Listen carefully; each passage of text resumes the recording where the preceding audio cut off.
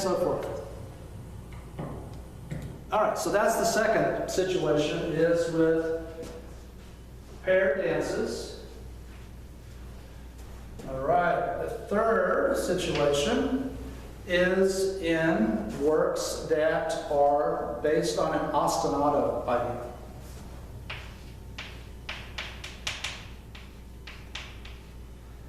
And so you probably know that term ostinato. It has to do with something that repeats, obstinate, something that just keeps, repeating over and over.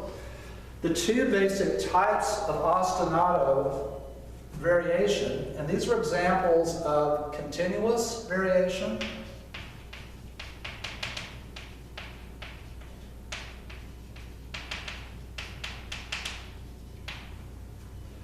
were the works that were known as the Passacaglia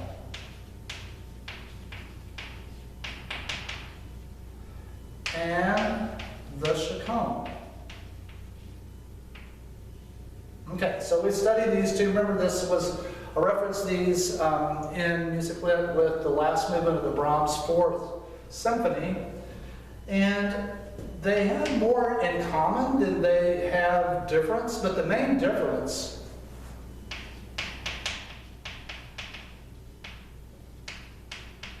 is that the theme is presented in the bass,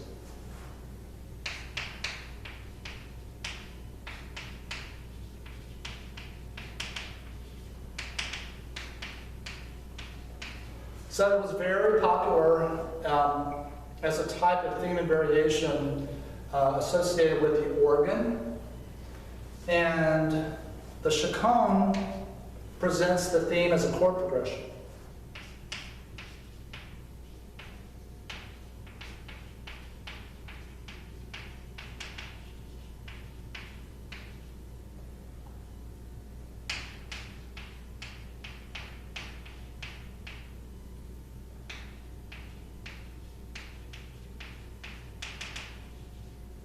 Okay.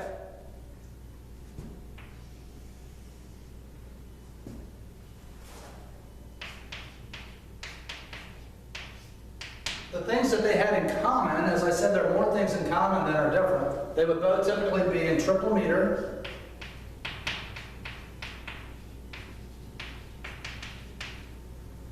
So, 3/4 is a typical meter, put that in parentheses. They would be in the minor mode.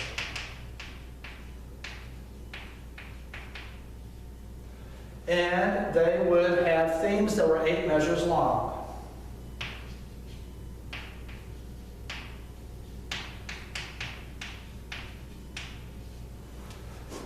And so, guess who wrote the most famous examples of Passacaglia and Chaconne during the Baroque era? And you would probably guess J.S. Bach and be right.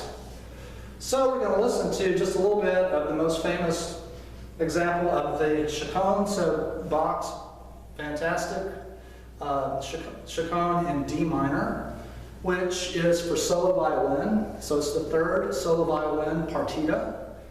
And that particular work has 5 movements. And so it has the 4 dance movements that you expect in Allemande, Courant, Sarabande, Jig, but then it has this big 14-minute long, or however long the performer takes to play it, Chaconne. And so the theme is triple minor, 8 measures in length, and it just goes from presentation of the theme then to the first variation.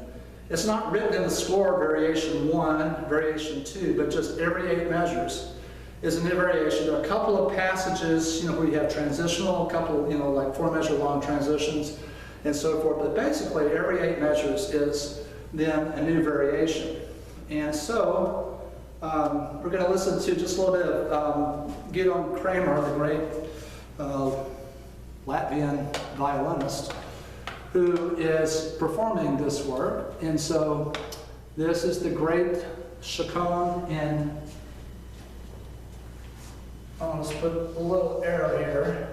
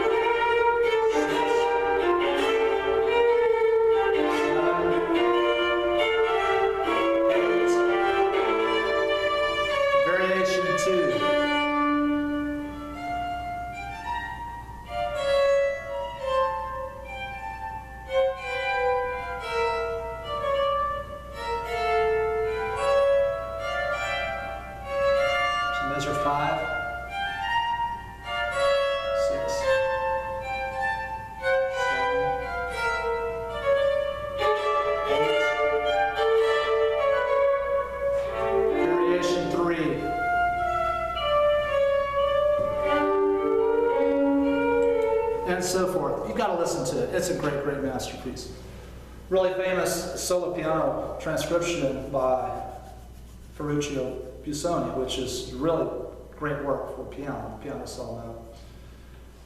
Okay, the other great example is then the Passacaglia in C minor by J.S. Bach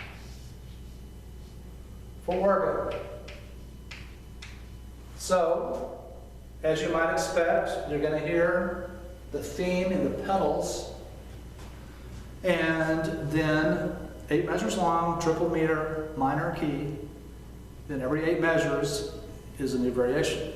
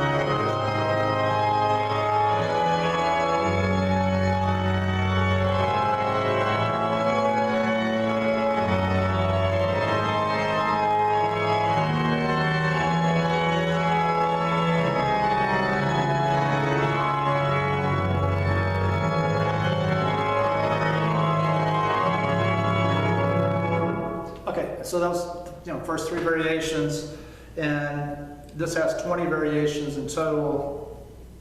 And you might guess how it ends at the end with the big fugue. There's a spot at the end where it finally changes keys, goes to E flat, and it's like, ah.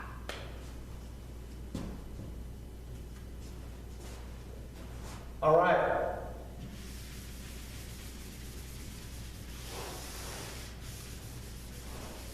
That takes us to the last type,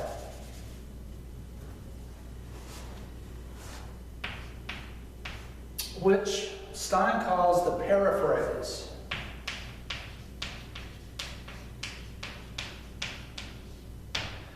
And so this is the type of theme and variation that you're probably most familiar with. This is the type that continues on then into the classical period and is used as a form for one of the movements of symphony, for instance. And so the theme is presented at the beginning, and it's something then that's in a simple form. And so what I want to do is to play a little excerpt from the most famous set of variations from the Baroque period, which is, again, by J.S. Bach.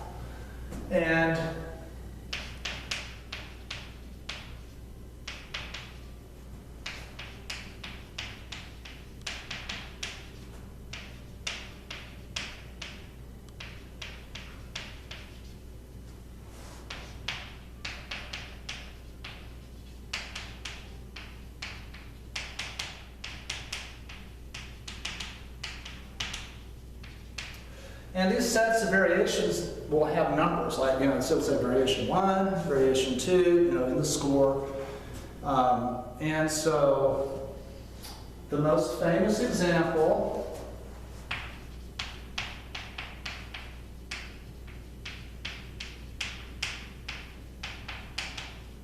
from the Baroque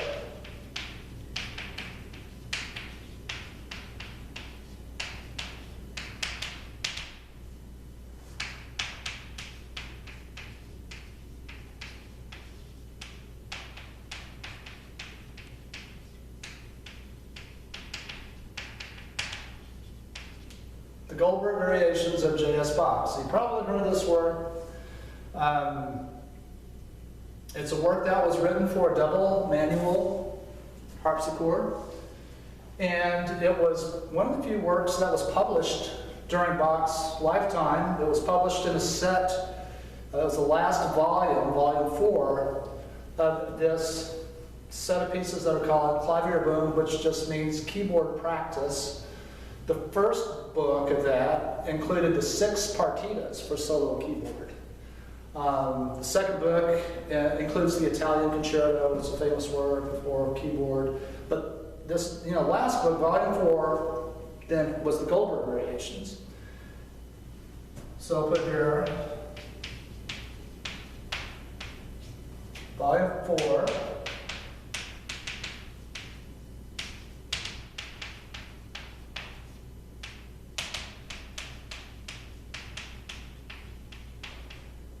And it's just a magnificent work. 30 variations. The theme itself is in the nature of a saraband.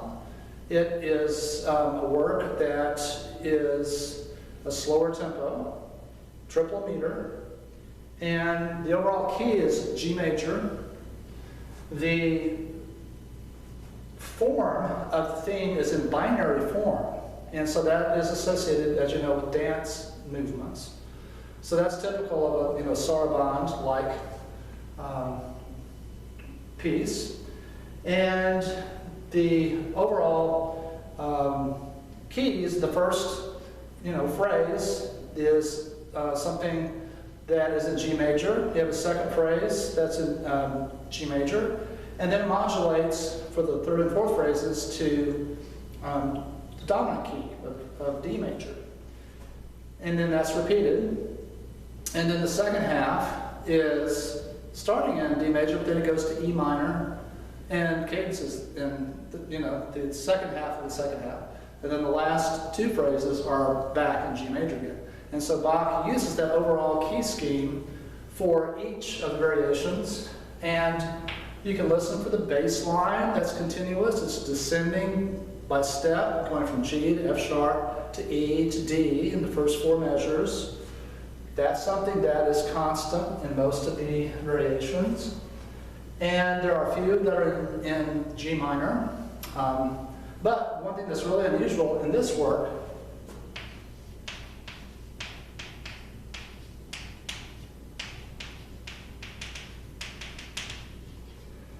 every third variation is a canon.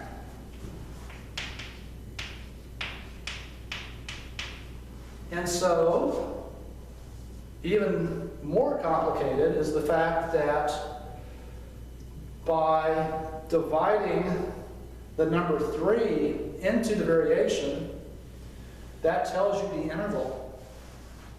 So variation 3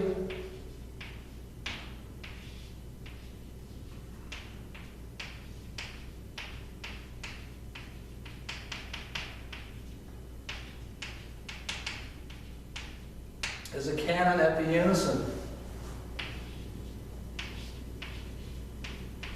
Variation 6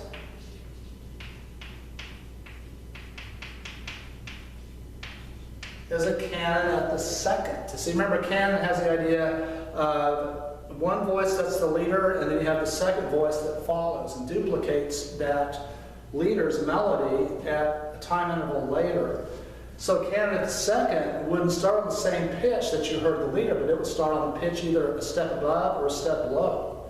And so it continues this way all the way through variation 27, which would be a canon at the 9th. And so the very last variation is what's called a quodlibet, which combines a couple of popular tunes within this overall chord progression of the theme. And it's one of the great masterpieces, really, of the Baroque era, and for sure the greatest example of this paraphrase type of variation. So we're going to look up a recording here real quickly by the brilliant genius Glenn Gould, And this was a recording that was made in 1955. Glenn Gould was a Canadian pianist, and died at the age of 50. He recorded this work in 1955, and it's a work that made him overnight famous because it was so brilliant. And so he actually went back at the end of his life, the last year of his life, and made a second recording of it. And it's very different from the original recording that he made in 1955. So, see if I can pull this up here.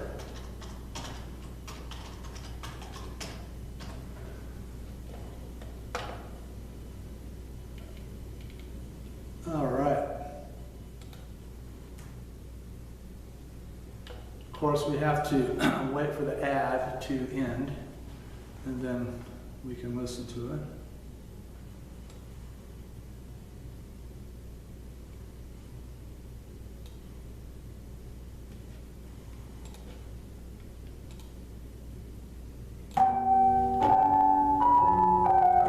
I'm going to play it from the beginning one more time. Here we go.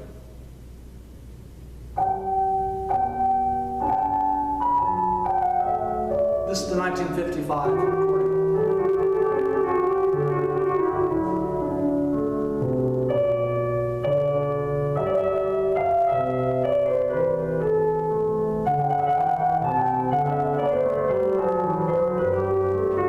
And the second phrase. Now it's going to modulate to D major.